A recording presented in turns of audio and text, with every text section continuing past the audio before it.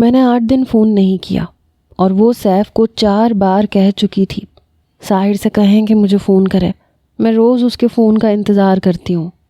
میں نے پورے 10 دن گزار دیے تھے اور وہ یوں بے چین تھی کہ اب تو اس کا چہرہ بجھا بجھا سا رہنے لگا تھا۔ بڑا ترس آ رہا تھا مجھے اس پہ۔ 11ویں دن میں نے اسے فون کیا، پہلی بیل پہ ہی فون اٹھا لیا گیا۔ میں نے موبائل پہ ایک رومال رکھ کر اپنی آواز قدرے بدل کر ہیلو کہا۔ وہ بھی بالکل دھیرے سے کہنے لگی، آپ ساحر ہیں؟ میں نے کہا جی ہاں میں ساحر ہوں۔ وہ کہنے لگی میں آپ کی بہت بڑی فین ہوں۔ میں نے کہا جی ہاں سنا ہے میں نے سیف سے۔ میں بہت آہستگی سے بات کر رہا تھا۔ وہ کہنے لگی مجھے یقین نہیں آ رہا، میں آپ سے بات کر رہی ہوں، آپ کی آواز سن رہی ہوں۔ میں نے کہا یقین کر لے، میں نے سیف کے بہت اصرار پہ آپ کو کال کی ہے، ورنہ میں فون پہ لڑکیوں سے بات نہیں کرتا، اور پلیز میرا نمبر کسی کو مت دیجیے گا۔ وہ کہنے لگی نہیں میں کسی کو نمبر نہیں دوں گی، آپ بالکل فکر نہ کریں۔ میں نے کہا جی فرمائیے محترمہ، کیا کہنا تھا آپ کو مجھ سے، کہیے۔ میری بات پہ وہ کچھ دیر چپ ہوئی اور اس کی چپ مجھے بے چین کر گئی۔ وہ کہنے لگی کچھ سمجھ نہیں آ رہا، مجھے تو یقین ہی نہیں آ رہا، کتنا کچھ ان 11 دنوں میں روز سوچتی تھی کہ یہ کہوں گی وہ کہوں گی، اور اب مجھے سمجھ ہی نہیں آ رہی کیا کہوں۔ آپ بتائیں میں کیا کہوں؟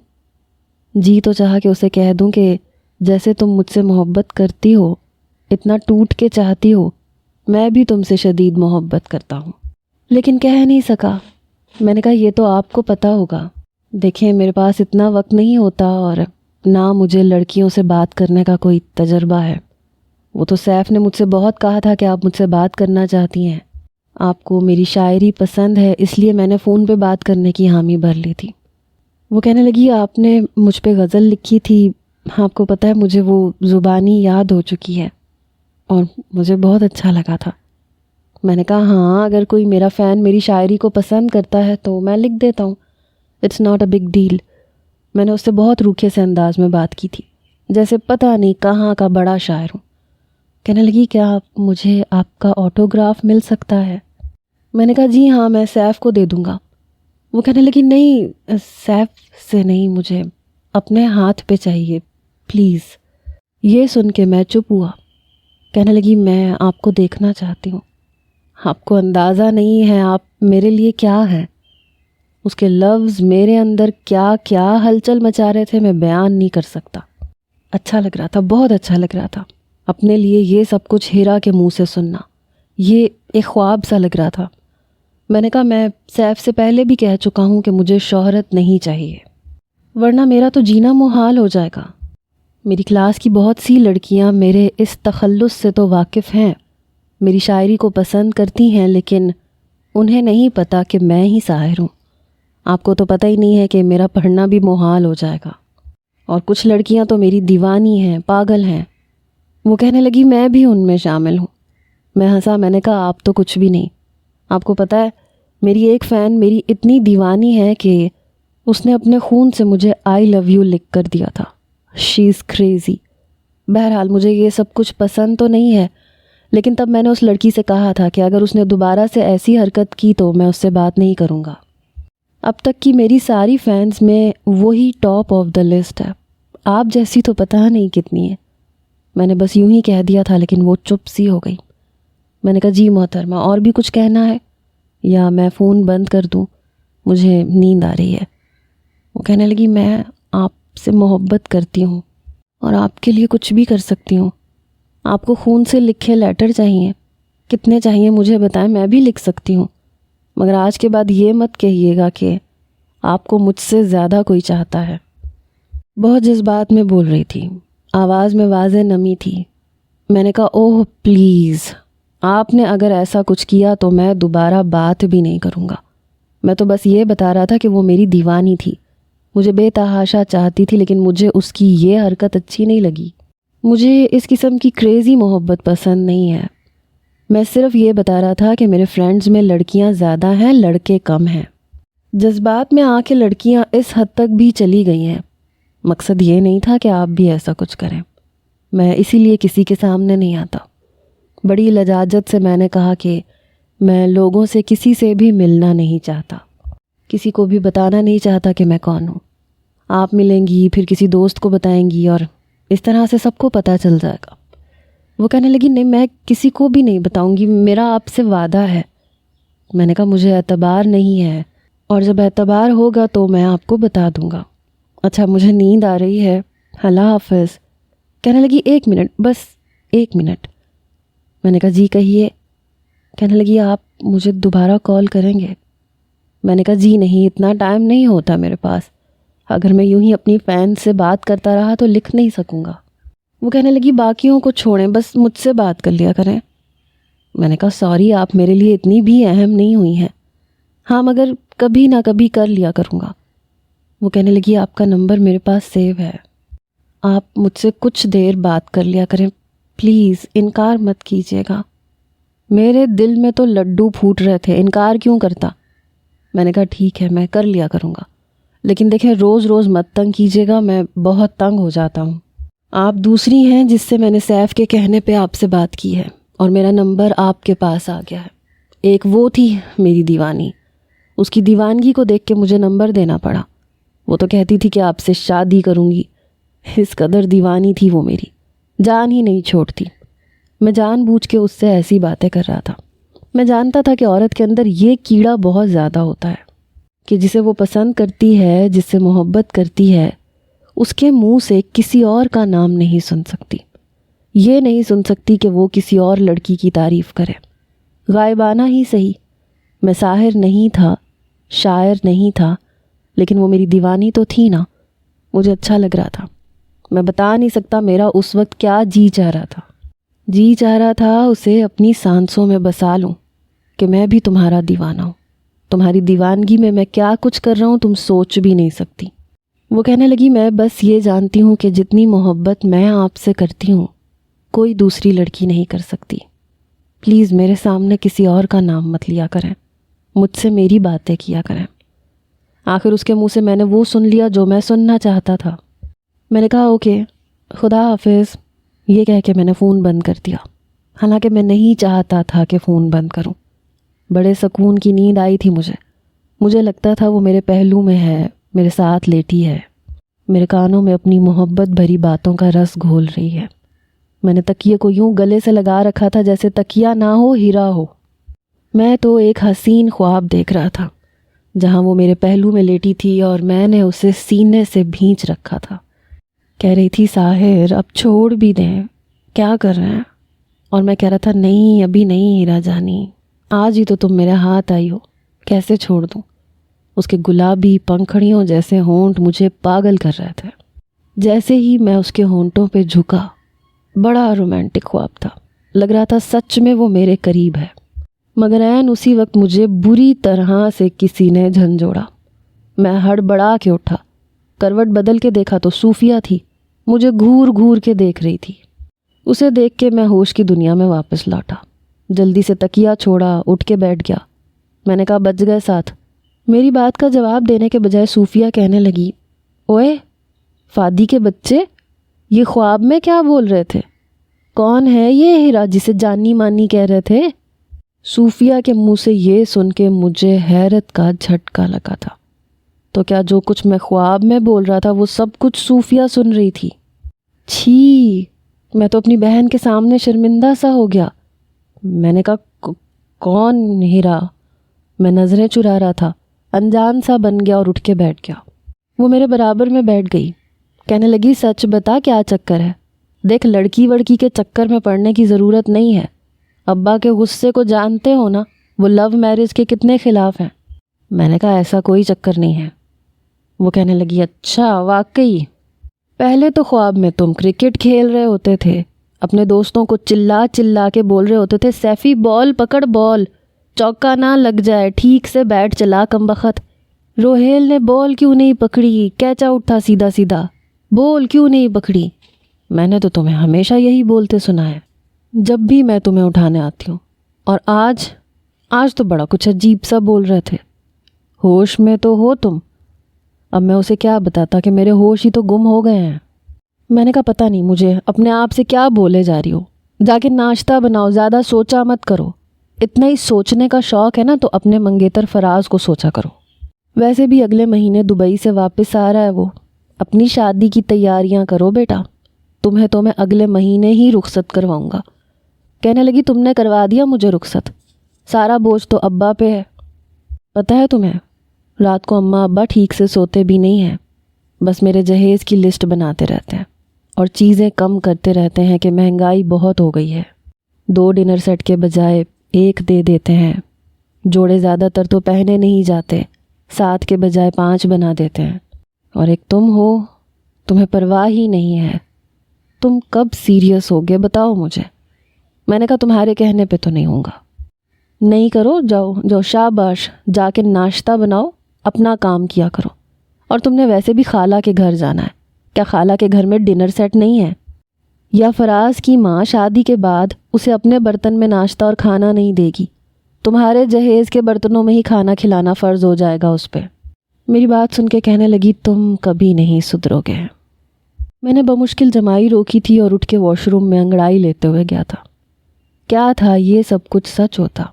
ایک تو یہ حسین خواب بہت جلدی ٹوٹ جاتے ہیں، بس میں اسے کس کرنے ہی لگا تھا، مگر یہ صوفی کی بچی۔ میں زچ ہوتا ہوا واش روم میں گیا۔ 2 دن بعد میرے نمبر پہ ہیرا کی کال آئی۔ کچھ دیر آپ سے بات کر سکتی ہوں؟ آج اس نے زیادہ تر شاعری کی باتیں ہی کی تھیں۔ ساحر حسین کی پہلی غزل جو اس نے پڑھی تھی اور دیوانی ہو گئی تھی، اس کے بارے میں مجھ سے بات کر رہی تھی، جو سرے سے مجھے پتہ ہی نہیں تھا۔ میں بس ہاں ہاں کرتا رہا۔ کہنے لگی آپ کو یہ شوق کیسے ہوا؟ میں نے سنا ہے کہ آپ BBA کے اسٹوڈنٹ ہیں۔ میں نے کہا ہاں، لیکن شاعری کا تعلق تو دل سے ہوتا ہے۔ وہ سننے لگی، کافی دیر وہ مجھ سے ادھر ادھر کی باتیں کرتی رہی، اپنے بارے میں بتاتی، مختلف قسم کی چیزوں کے بارے میں پوچھتی رہی، مجھے کون سا کلر پسند ہے، کھانے میں کیا پسند ہے، جیسے میں کوئی خاص قسم کا شخص ہوں۔ ہر 2-3 دن کے بعد وہ مجھ سے فون پہ باتیں کرتی تھی، ایسے ہی ادھر ادھر کی۔ انہی دنوں میری بہن کی شادی بھی قریب آ چکی تھی، کام کی ذمہ داریاں بہت بڑھ گئی تھیں اور ابا میری جان نہیں چھوڑتے تھے۔ میں یونی بھی کم جا رہا تھا اور شاعری کرنے کا تو بالکل ہی وقت نہیں تھا۔ میں نے کہا کہ میرے ایک عزیز کی شادی ہے، میں آج کل مصروف ہوں، پلیز مائنڈ مت کیجیے گا، لیکن میں شاید 1 ہفتہ آپ سے فون پہ بات نہ کر سکوں۔ 1 ہفتہ؟ یعنی کہ پورے 8 دن؟ میں نے کہا جی ہاں، 8 دن تو شادی میں گزر گئے۔ بہن کی رخصتی پہ پہلی بار میری آنکھیں نم ہوئیں جب صوفیہ میرے ساتھ لگ کے رو رہی تھی، مجھے ڈھیر ساری نصیحتیں کر رہی تھی۔ بابا کا خیال رکھنا، کچھ سیریس ہو جاؤ، چھوڑ دو بچپنا۔ میں نے کہا اچھا ٹھیک ہے دادی اماں، چھوڑ دوں گا۔ اس کے برابر میں کھڑا فراز مجھے دیکھ کے مسکرائے جا رہا تھا۔ میں نے کہا بیٹا شادی ہو گئی نا تمہاری، اب دیکھنا تمہاری خیر نہیں ہے۔ وہ ہنسے جا رہا تھا، کہنے لگا میں تمہاری طرح غیر ذمہ دار نہیں ہوں۔ میں نے کہا یہ تو تمہیں بعد میں پتہ چلے گا، خواتین کی ذمہ داریوں میں کیا کیا شامل ہے اب پتہ چلے گا۔ شادی کے بعد مجھے روہیل نے بتایا کہ ہماری کرکٹ ٹیم کے لیے کچھ لڑکوں کو سلیکٹ کرنا ہے۔ چلنا یار فادی، چانس مار کے دیکھتے ہیں، ہو سکتا ہے ہمارا بھی سلیکشن ہو جائے۔ میں نے کہا یار میں یہ سب شوقیہ کرتا ہوں۔ کہنے لگا پھر بھی چلو تو، کچھ نہیں ہوتا، ایک ٹیسٹ ہی تو دینا ہے۔ میں نے کہا یار بہت دن سے بہن کی شادی میں مصروف تھا، میں نے تو پریکٹس تک نہیں کی ہے۔ کہنے لگا چل تو، بنا پریکٹس کے سلیکٹ ہو جائے گا تو۔ وہ مجھے زبردستی لے گیا۔ ہم لوگ اپنی ایفیشنسی دکھا کے آ چکے تھے۔ ہماری محبت کا سلسلہ کافی آگے بڑھ چکا تھا۔ اب تو مجھے چین ہی نہیں آتا تھا جب تک وہ مجھ سے بات نہ کر لیتی تھی۔ کئی غزلیں میں اس کے کہنے پہ چیٹ GPT سے لکھوا کے شائع کروا چکا تھا۔ ایسے ایسے اسے جھوٹ بولتا رہتا تھا کہ مجھے کئی مشاعروں کی آفر ہوتی ہے لیکن میں جاتا نہیں ہوں۔ وہ مجھ سے کہتی تھی کہ آپ کو جانا چاہیے۔ بہرحال اب تو مجھے چین نہیں آتا تھا جب تک اس کی آواز نہیں سن لیتا۔ ہوش میرے اس وقت اڑے جب آخری سیمسٹر کے پیپر دینے کے بعد ابا کی سفارش پہ ملنے والی جاب میں نے اسٹارٹ کر دی۔ ایک بار ہیرا کی کال آئی، وہ بہت رو رہی تھی، میری تو جیسے جان نکلی۔ میں نے کہا ہیرا کیوں رو رہی ہو؟ وہ کہنے لگی جہانگیر بھائی یہ کہہ کے پھر رونے لگی۔ میں نے کہا کیا ہوا ہے تمہارے بھائی کو، بتاؤ تو، مجھے سمجھ نہیں آ رہی تھی۔ کہنے لگی جہانگیر بھائی نے اپنے دوست کے چھوٹے بھائی کے ساتھ میرا رشتہ طے کر دیا ہے۔ یہ سن کر جیسے میری جان نکلی، میں کچھ بول ہی نہیں پایا۔ کہنے لگی ساحر میں آپ سے بہت محبت کرتی ہوں، میں آپ کے بغیر نہیں رہ سکتی، مجھے نہیں کرنی اس شخص سے شادی۔ میں نے کہا نام بتاؤ اس کا کون ہے۔ وہ کہنے لگی آپ نام جان کے کیا کریں گے؟ میں دل میں سوچ چکا تھا کہ جا کے اس کو ٹھکانے لگا دوں گا۔ بس وہ ہوتا کون ہے میری محبت پہ ڈاکہ ڈالنے والا؟ کسی کی ہڈی پسلی توڑنا میرے لیے کوئی بڑی بات تھوڑی تھی۔ جا کے اس کو 2 دھمکیاں دوں گا، وہ رشتے سے انکار کر دے گا۔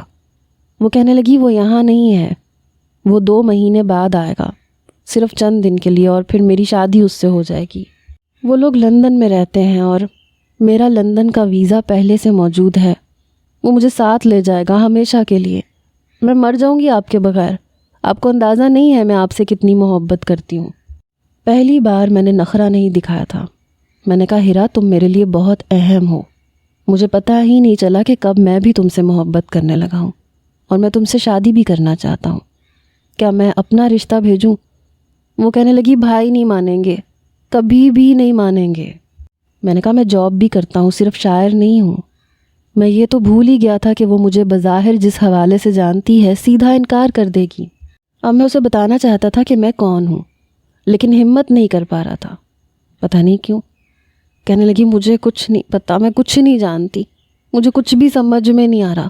میرے بھائی بہت سخت مزاج کے ہیں، آپ نہیں جانتے انہیں، بس انہوں نے ہاں کر دی ہے تو اس کا مطلب یہ پتھر پہ لکیر ہے۔ میں نے کہا ایسے کیسے پتھر پہ لکیر ہے، جان نہیں لے لوں گا میں اس کی۔ میں اپنے لفظوں کو روک ہی نہیں پایا۔ وہ کہنے لگی یہ آپ کیسی باتیں کر رہے ہیں؟ میں نے کہا میں تمہارے بغیر نہیں رہ سکتا، مجھے تم سے ملنا ہے۔ یہ سن کے وہ چپ ہوئی۔ کہنے لگی کل تک تو میری بھی خواہش تھی، لیکن آج نہیں ملنا چاہتی۔ میں نے کہا کیوں؟ کہنے لگی دیکھ لوں گی تو پھر آپ کو چھوڑنے کی بہت تکلیف ہوگی۔ میں نے کہا چھوڑ سکتی ہو مجھے؟ نہیں ہیرا میں مر جاؤں گا۔ میری بات سن کے رونے لگی۔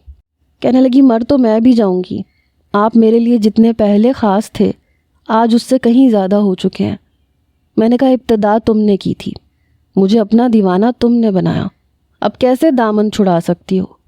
بہرحال میں اس بار سنجیدگی سے سوچ رہا تھا۔ یونیورسٹی سے میرا کوئی تعلق نہیں رہا تھا، لیکن وہ پڑھ رہی تھی۔ خیر اگر میں یونیورسٹی جاتا تو مجھے کوئی روک نہیں سکتا تھا، اس لیے سوچ رہا تھا کہ اسے جا کے بتا دیتا ہوں کہ میں ہی ساحر ہوں۔ کب تک میں اس کے ساتھ یہ لکا چھپی کا کھیل کھیلتا رہوں گا؟ اب تو میں جہانگیر صاحب کے گھر ان کے بچوں کو بھی پڑھانے نہیں جاتا تھا، کیونکہ میری اچھی جاب لگ چکی تھی۔ ابا بھی خوش تھے۔ میں اگلے روز ہی بنا سوچے سمجھے یونیورسٹی چلا گیا۔ اس کی روئی روئی آنکھیں دیکھ کر میرے اندر حشر سا برپا ہوا تھا۔ وہ اپنی دوست کے ساتھ یونیورسٹی کے پارک کی بینچ پہ بیٹھی رو رہی تھی، ساتھ اس سے باتیں کر رہی تھی۔ جب میں اس کے سامنے جا کے کھڑا ہو گیا، ہیرا، میں نے اسے پکارا تو برجستہ اس نے میری طرف دیکھا۔ پھر اس کی آنکھوں میں میرے لیے نفرت ابھرنے لگی، وہی خوف اور وہی نفرت۔ وہ نظر چرا گئی۔ کہنے لگی آپ یہاں کیوں آئے ہیں؟ میرا آپ سے کوئی واسطہ نہیں، اور جب سے آپ نے مجھے منع کیا ہے میں غفران سے بات نہیں کرتی۔ ویسے بھی یہ میرا آخری سیمسٹر ہے، اور اس کے بعد وہ پتہ نہیں کیوں مجھے صفائیاں دے رہی تھی۔ میں نے کہا کیا میں آپ سے کچھ دیر بات کر سکتا ہوں؟ کہنے لگی نہیں، مجھے آپ سے بات نہیں کرنی، پلیز، میں بدماشوں سے بات نہیں کرتی۔ یہ کہہ کے وہ اپنی دوست کا ہاتھ پکڑ کے وہاں سے چلی گئی۔ مجھے سمجھ نہیں آ رہا تھا کہ میں اسے کیسے کہوں کہ میں وہی ہوں جسے وہ ٹوٹ کے چاہتی ہے، جس کی خاطر رو رو کے اس نے اپنی آنکھوں کا حشر کر لیا ہے۔ بڑی عجیب سی سچویشن میں پھنس چکا تھا۔ ہوش میرے اس وقت اڑے جب دوبارہ سے ہیرا کی کال آئی۔ کہنے لگی جہانگیر بھائی کے دوست اگلے ہفتے آ رہے ہیں اور نکاح کروا کے مجھے لے جائیں گے۔ میں نے کہا ایسے کیسے لے جائیں گے؟ میں یہ سب کچھ برداشت نہیں کر سکتا، تم بتاؤ میرا ساتھ دو گی؟ کہنے لگی پتہ نہیں۔ وہ بھی بات کر رہی تھی جب اس سے کسی نے فون چھینا۔ یہ کس سے بات کر رہی ہو تم؟ یہ اس کی بھابھی تھی۔ وہ کہنے لگی بھابھی کسی سے نہیں۔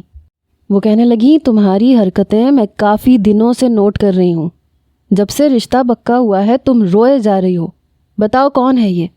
پھر ہیلو ہیلو کرنے لگیں۔ میں نے کچھ نہیں کہا۔ کہنے لگی بتاتی کیوں نہیں کس کا نمبر ہے یہ؟ اس نے فون بند کر دیا تھا۔ احتیاطاً میں نے ایک دن اسے فون نہیں کیا، لیکن ایک ہفتہ اتنا لمبا تو نہیں ہوتا۔ میں نے اگلے روز فون کیا تو فون بند تھا۔ مجھے سمجھ نہیں آ رہی تھی کہ اب میں کیا کروں۔ میں تو یوں تھا جیسے پاگل ہو جاؤں گا۔ سمجھ نہیں آ رہا تھا کہ کیا کروں، کس طرح سے اس مسئلے کو حل کروں۔ میں نے سیف اللہ سے ساری بات کی۔ وہ کہنے لگا مجھے تو پتہ تھا تمہاری اس اندیکھی انجانی سی محبت کا یہی انجام ہونا ہے۔ اپنا آپ تم نے چھپا کے رکھا، بلکہ جو کچھ تم نے ظاہر کروایا وہ تم سے سخت نفرت کرتی ہے۔ تمہارا نام تک نہیں سنتی، کبھی میں ذکر کر بھی دوں تو کہتی ہے پلیز فہد کا نام میرے سامنے مت لیا کریں۔ مجھے اس سے سخت نفرت ہے۔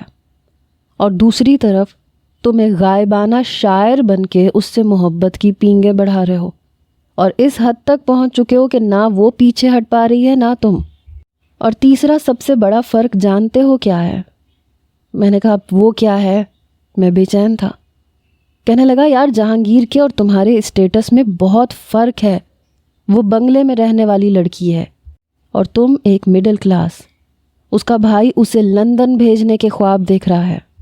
تم اسے کس حساب سے پسند آؤ گے جس کی نوکری کو لگے ہوئے ابھی جمعہ 4 دن ہوئے ہیں اور جس کی تنخواہ صرف 40,000 ہے؟ میں نے کہا یہ شروعات ہے، آگے بڑھ سکتی ہے، بڑھ جائے گی یار۔ وہ کہنے لگا پھر بھی اپنی بہن کی ساری آسائشوں کو چھوڑ کے وہ تم سے کبھی بھی اپنی بہن کی شادی نہیں کرے گا، اور جب تم وہاں فہد بن کے رشتہ لے کے جاؤ گے تو صاف انکار تمہارا وہ ہیرا کرے گی۔ ہو سکتا ہے تمہیں دیکھ کے وہ ساحر جیسے فرضی کردار کو بھول جائے۔ محبت سمندر کی جھاگ کی طرح سے بیٹھ کے رہ جائے گی تو صرف فہد سے نفرت۔ بتاؤ پھر مجھے کیا کرو گے یار تم نے اپنے آپ کو خود مصیبت میں ڈالا ہے۔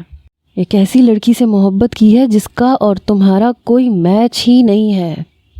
مجھے سیف اللہ کی باتیں بہت بری لگ رہی تھیں، حالانکہ وہ سچ کہہ رہا تھا۔ میرے سامنے حقیقت کا تلخ رخ بیان کر رہا تھا۔ طوطا چشمی تو شاید میں دکھا رہا تھا، محبت میں اندھا ہو چکا تھا، دیوانہ ہو چکا تھا۔ میں نے کہا اس کا مطلب تو میری مدد نہیں کر سکتا؟ کہنے لگا کیا کرنا ہے؟ میں نے کہا اسے بھگانا ہے اس کے گھر سے۔ یہ سن کے تو بوتل سیدھا اس کے حلق میں لگی جو وہ پی رہا تھا۔ وہ بری طرح سے کھانسنے لگا۔ کہنے لگا فادی تمہارا دماغ تو خراب نہیں ہو گیا ہے؟ ابے یار تو ایک لڑکی کو اس کے گھر سے بھگانے کے لیے کہہ رہا ہے؟ میں نے کہا کہہ نہیں رہا، میں اسے بھگا کے لے کے جاؤں گا۔ میں اس مقام پہ نہیں ہوں کہ اسے چھوڑ دوں، سوال ہی پیدا نہیں ہوتا۔ میرے ارادے سن کے تو سیف اللہ کی رنگت اڑی تھی۔ کہنے لگا کیسے بھگائے گا؟ تیری شکل دیکھ کے تو وہ تیرے ساتھ نہیں جائے گی۔ کیا کرے گا؟ اور اگر تم نے دھوکے سے اسے کسی جگہ بلوا لیا تو جب بھی تم اس کے سامنے جاؤ گے وہ تمہیں چھوڑ کے چلی جائے گی۔ میں نے کہا دیکھا جائے گا، ابھی میرا دماغ کام نہیں کر رہا۔ تو یہ بتا میری مدد کرے گا کہ نہیں؟ کہنے لگا دیکھ میں اسے بلاؤں گا نہیں، میں نہیں آ رہا اس معاملے میں۔ وہ ویسے ہی ڈرپوک تھا۔ میں نے کہا بس ایک گاڑی کا انتظام کر دے، اس کو اس کے گھر سے میں خود لے آؤں گا۔ میری بات سن کے کہنے لگا تو پاگل تو نہیں ہو گیا؟ کیا کرے گا؟ بے ہوش کر کے لائے گا؟ میں نے کہا جیسے بھی لاؤں گا، یہ میرا مسئلہ ہے، تو بس گاڑی کا انتظام کر۔ چند دن میں اس کی شادی ہے اور میں مر جاؤں گا اس کے بغیر۔ اگر اس کی شادی ہو گئی تو یاد رکھنا میرا مرا ہوا منہ دیکھو گے تم۔ میری بات سن کے سیف اللہ ڈر گیا۔ کہنے لگا اچھا ٹھیک ہے، میں کچھ کرتا ہوں۔ کب تک چاہیے گاڑی؟ میں نے کہا کل رات، بس اس سے زیادہ میرے پاس وقت نہیں ہے۔ میرا ہیرا سے کوئی رابطہ نہیں ہو رہا تھا، اس کا فون مسلسل بند جا رہا تھا۔ اگلی رات کو 3 بجے میں گاڑی میں اس کے گھر پہنچ گیا۔ سناٹا ہر سو پھیلا ہوا تھا، برقی کمکموں سے پورا بنگلہ سجا ہوا تھا، لیکن سب سو چکے تھے۔ میں نے اندر جھانک کے دیکھا تو چوکیدار بھی نہیں تھا۔ سیف اللہ گاڑی میں ہی بیٹھا رہا۔ میں چوروں کی طرح سے اس کے گھر میں داخل ہوا۔ بنگلے کی پچھلی جانب سے اندر آیا، گاڑی بھی پچھلی جانب ہی کھڑی تھی۔ وہ ایک سنسان سی چھوٹی سی گلی تھی اور سیف اللہ اس گلی سے باہر گاڑی لے کے کھڑا تھا، کیونکہ گلی اتنی بڑی نہیں تھی کہ وہاں گاڑی آ سکتی۔ پچھلی جانب سے ہوتے ہوئے میں اس بنگلے کے اندر گٹر کی پائپ لائن سے اوپر چڑھا۔ اب یہ نہیں پتا تھا کہ اس کا کمرہ کون سا ہے، لیکن یہ پتا تھا کہ وہ زینہ چڑھ کے اوپر جاتی تھی، اس کا مطلب اوپر کے پورشن میں اس کا کمرہ تھا۔ البتہ میں یہ جانتا تھا کہ نائلہ کا کمرہ نیچے ہے۔ اوپر یا تو صرف ہیرا کا کمرہ تھا یا پھر اس کے بھتیجوں کا۔ میں نے کھڑکی کھول کے اندر جھانک کے دیکھا تو ایک کمرے میں 3 سنگل بیڈ پڑے تھے اور تینوں بچے سو رہے تھے۔ دوسرے کمرے کی مدھم سی لائٹ جل رہی تھی۔ جیسے ہی اس کی کھڑکی کے پاس آیا تو سسکیوں کی آواز آ رہی تھی، جیسے وہ رو رہی ہو۔ میں نے کھڑکی کھولنے کی کوشش کی تو کھل گئی۔ میں اندر آ گیا۔ وہ نائٹ بلب جلائے رائٹنگ ٹیبل پہ بیٹھی رو رہی تھی۔ شاید اس کی شاعری پڑھ رہی تھی یا پھاڑ کے پھینک رہی تھی۔ کھڑکی اسی طرف تھی۔ جیسے ہی میں کھڑکی سے نیچے اترا وہ بری طرح سے بوکھلا کے رہ گئی۔ ڈر بھی گئی۔ میں نے کالے رنگ کی پینٹ شرٹ پہن رکھی تھی، کالی ٹوپی پہنی ہوئی تھی، لیکن اپنا چہرہ نہیں چھپایا تھا۔ نائٹ بلب کی روشنی جل رہی تھی جس میں اس کا چہرہ اور وہ میرا چہرہ صاف طور پہ دیکھ سکتے تھے۔ کہنے لگی تم؟ میں نے کہا ہاں میں۔ چلو میرے ساتھ۔ میں نے اس کی کلائی پکڑی۔ کہنے لگی دماغ خراب ہے تمہارا، ہاتھ چھوڑو میرا، میں شور مچا دوں گی۔ اس سے پہلے کہ وہ شور مچاتی میں اسے اپنی جانب کھینچ چکا تھا۔ اس کی کمر میرے پیٹ کے ساتھ لگ چکی تھی۔ میں نے اس کے منہ پہ ہاتھ رکھا اور اس کے کان کے قریب جا کے کہا، دیکھو شور مچاؤ گی تو تمہارا نقصان ہوگا۔ مجھے تمہارے ساحر نے بھیجا ہے۔ محبت کرتی ہو نا تم مجھ سے؟ ابھی تک میرا ہاتھ اس کے منہ پہ تھا اور وہ اسبات میں سر ہلانے لگی۔ میں نے کہا تو پھر چلو میرے ساتھ، میں تمہیں اس تک پہنچا دوں گا۔ پھر اس نے اپنے ہاتھ سے میرا ہاتھ ہٹایا۔ کہنے لگی میرا بھائی جان سے مار ڈالے گا اسے، میرا بھائی کبھی بھی یہ برداشت نہیں کرے گا، وہ نہیں چھوڑے گا۔ اور تم کیوں مجھے لینے آئے ہو؟ ساحر کیوں نہیں آیا؟ میں نے کہا اس لیے کیونکہ وہ بدماش نہیں ہے اور میں بدماش ہوں، میں ایسے کام کرتا ہوں۔ میری بات سن کے اس نے حیرت سے مجھے دیکھا۔ کہنے لگی ایسے مطلب لڑکیوں کو اغوا کرتے ہو کیا؟ میں نے کہا میں سب کچھ کرتا ہوں، بس پیسہ پھینک اور تماشا دیکھنے والی بات ہے۔ اب تم یہ بتاؤ کہ تم نے جانا ہے یا نہیں؟ آرام سے نہیں جاؤ گی تو میں زبردستی لے جاؤں گا، کیونکہ تمہارے عاشق نے مجھے اچھے خاصے پیسے دیے ہیں۔ میرا کام صرف تمہیں یہاں سے لے کے جانا ہے اور اس تک پہنچانا ہے۔ بتاؤ کیا کرنا ہے؟ وہ سوچ میں پڑ گئی۔ کہنے لگی مجھے سمجھ نہیں آ رہا، بھابھی کو پتہ چل گیا ہے کہ میں کسی لڑکے سے محبت کرتی ہوں، میرا فون بھی ان کے پاس ہے، میں ساحر سے پوچھے بغیر تمہارے ساتھ کہیں نہیں جا سکتی۔ میں نے کہا کیوں نہیں جا سکتی؟ کہنے لگی مجھے کیا پتہ تمہیں ساحر نے بھیجا بھی ہے کہ نہیں، پتہ نہیں تم مجھے کہاں لے کے جاؤ۔ میں چپ ہوا۔ میں نے کہا سیف اللہ کو جانتی ہو؟ کہنے لگی ہاں۔ میں نے کہا میں اس سے بات کروا دیتا ہوں تمہاری۔ میں نے جیب سے موبائل نکالا، سیف کو فون کیا، اسے کہا لو اس لڑکی سے بات کر لو، اسے بتاؤ کہ مجھے ساحر نے بھیجا ہے۔ وہ میری بات سن کے سمجھ چکا تھا کہ میں نے کیا جھوٹ بولا ہے۔ میں نے فون ہیرا کی طرف بڑھا دیا۔ اس نے سیف سے بات کی۔ سیف اللہ نے وہی کہا جو ایک دوست ہونے کے ناطے اسے بولنا چاہیے تھا۔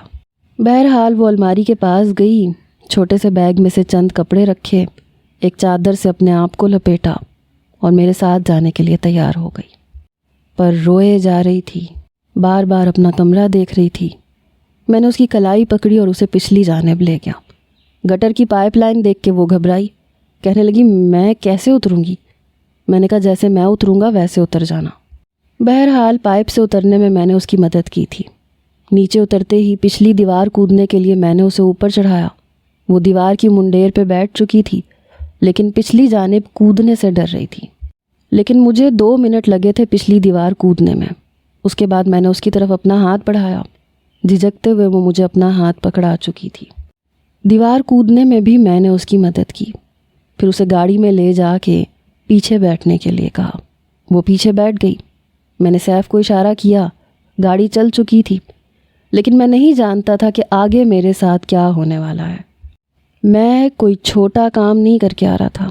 ایک لڑکی کو اس کے گھر سے بھگا کے لے کر گیا تھا، اور مجھے یہ تک نہیں پتا تھا کہ لے کے جاؤں گا کہاں۔